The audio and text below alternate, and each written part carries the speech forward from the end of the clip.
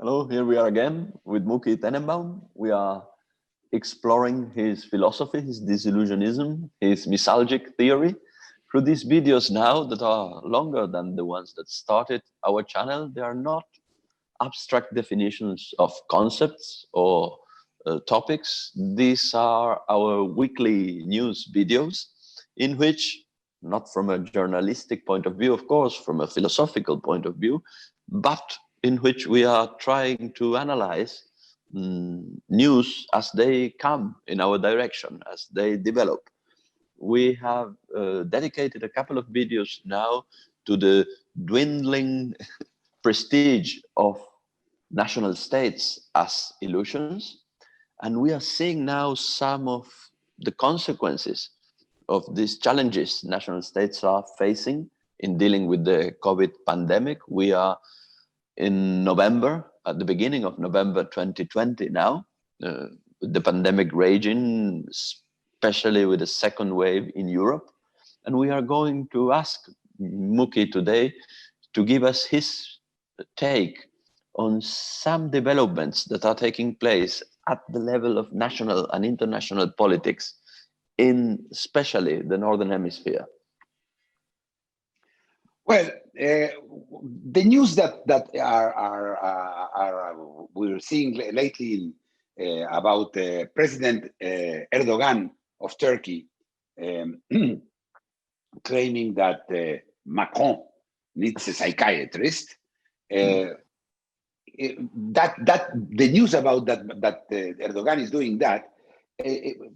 Ask why now? Why is Erdogan now decided to go into a confrontation with Europe, which he needs, which Turkey needs, yes, very much because of its exports, because of the political situation, and the answer is that, and I have first to give the background. The story goes that, as you probably remember, a couple of weeks ago, Samuel Paty was a teacher who showed to his student one of the caricatures, the cartoons that were made on Prophet Muhammad, to his students. The students sold the information to some crazy guy from the Chechnya, and he decapitated the Professor Paty. Macron went on television, says we have all the rights, and the Islam will not win, and the radical Islam. And then Erdogan, coming out of nowhere, decided to insult directly Macron. But not only that, the same Erdogan is now participating in a war that is not his, between Armenia and Azerbaijan, supporting Armenia. Let me remind you, Armenia is a Christian country, Azerbaijan is a Muslim country, and they are in the middle of a fight, a territorial fight about Nagorno-Karabakh. I don't want to go into this, but basically Erdogan is taking the Islamic side and also defending the people that who they think are his neighbors, and there is an affinity between them. So what is Erdogan doing? Well, Erdogan is doing what any good magician does. He is distracting. He is using distraction. Now, let me explain why distraction is related to disillusionism and to misalgia. We run away from suffering. Misalgia means we all day, from the moment we wake up until we go to sleep, trying to flee from suffering, trying not to suffer. That's what we're trying to do. And there is three ways only to deal with it. Avoid it at all. Yes. So I will I will sleep well not to have a headache. Number two, if I have a headache, I'll take an aspirin. That will be relief. And the third one will be distraction. If I have a headache, I'll try to watch a good movie on Netflix. That will be about the system. Now, what Erdogan is doing is he is now the president of a country who is the third country with the highest incidence and deaths of coronavirus in the whole Middle East. That's after Iran, who is a disaster, and Iraq, who is another disaster. He has his own disaster.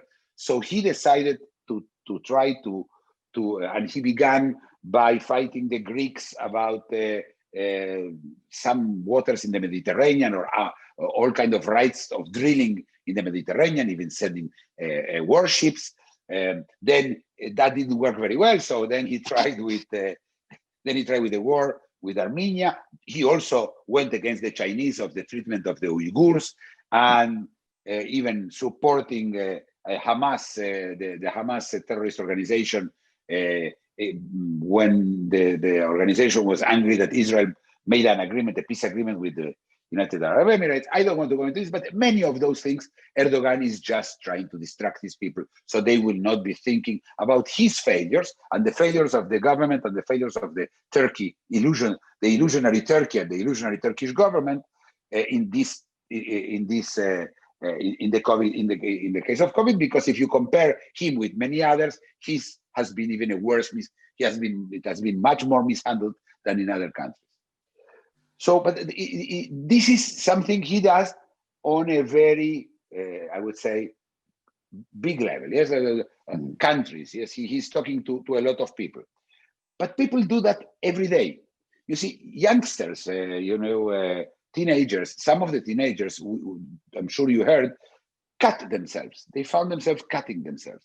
And there is a whole psychological theory that they do that because they hate themselves, they don't like themselves, and they try. That is nonsense. That is really bullshit. The reason they do it is because this hurts less than this. They are suffering here. The suffering is all emotional.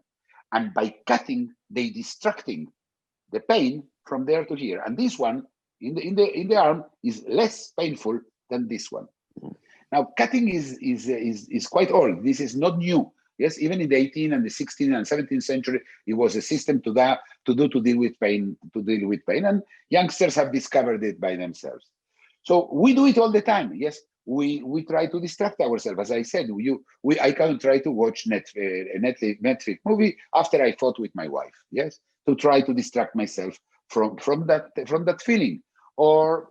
But the problem is that distractions, that entertainment, as we call it, yes, but it's a distraction. That distraction has to be proportionally stronger than the suffering we are running away from.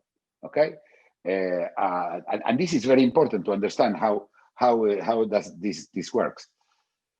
So this is what Erdogan is doing, yes, but it's not only Erdogan. Everybody is trying to do it. In the US, you have the elections, which of course nobody planned. It is not Erdogan who decided to pick up a fight, because nobody called Erdogan and said anything to him. He just did it, of course.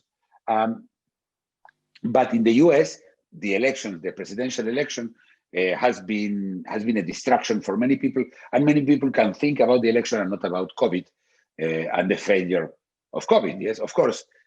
Here, the problem is that the two candidates are one trying to bring people back to COVID because it thinks that it's going to benefit him, that's Biden, and Trump will try to distract and say it's nothing, it's not true, look, I was sick and nothing happened, blah, blah, blah, blah. What is your opinion on my take? Of course, I understand what you mean about suffering and distraction. What I wanted to ask you about by listening to you is, of course, COVID represents a new source of suffering we are all trying to run away from. It's not only a personal suffering, a local source of suffering, but something very, very widespread and prevalent. But may it not also be that it has taken away from us our traditional distractions? Shows are not there anymore. Sports, as we knew them, are not there anymore.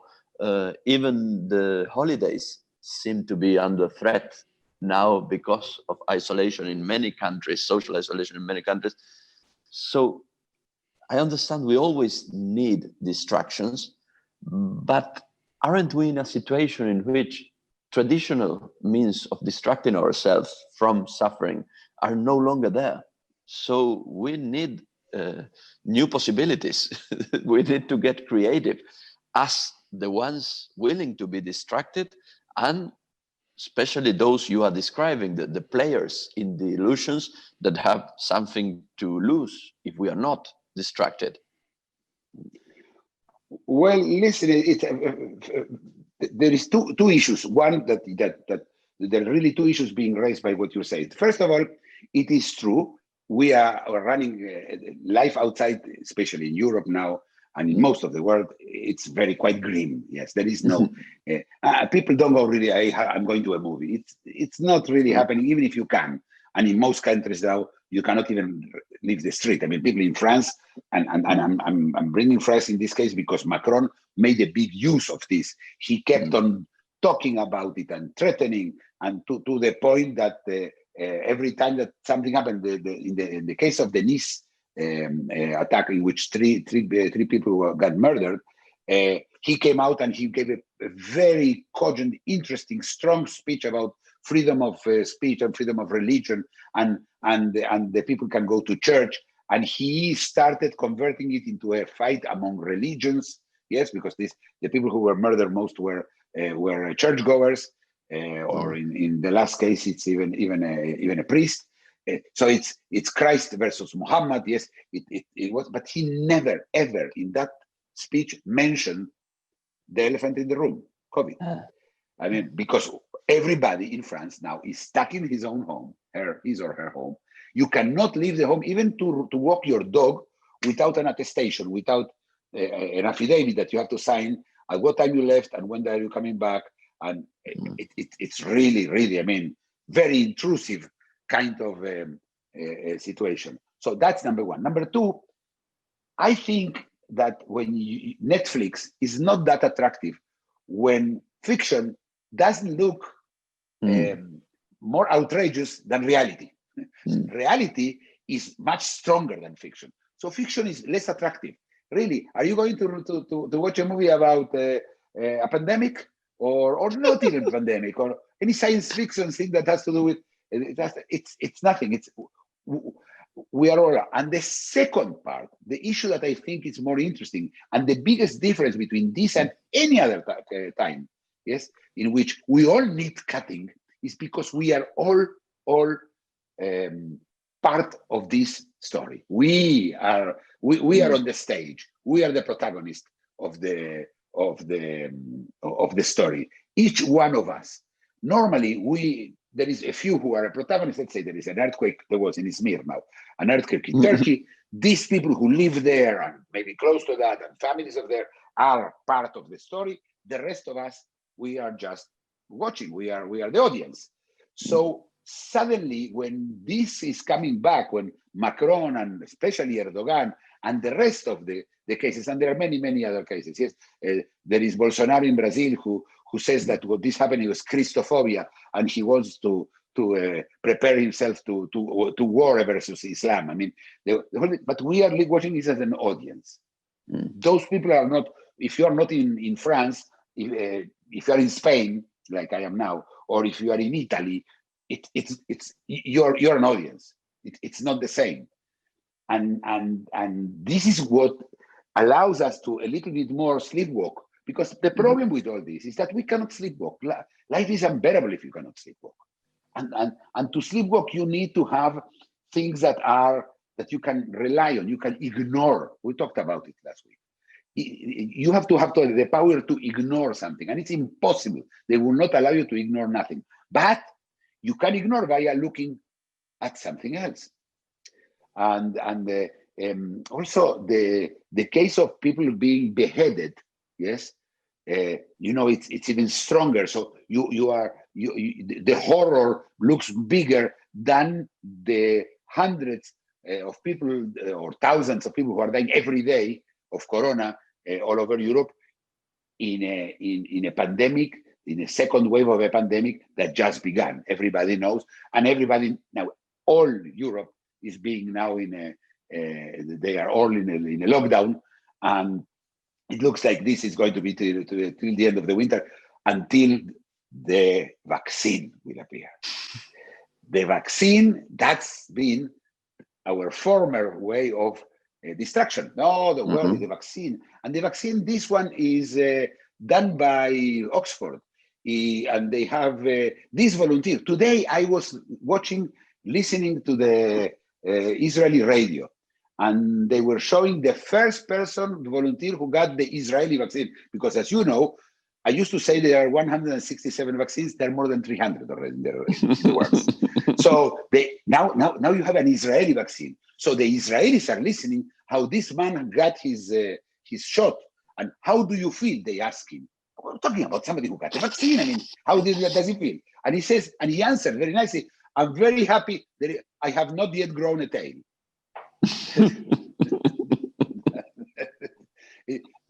So everybody is, so you are not worried anymore.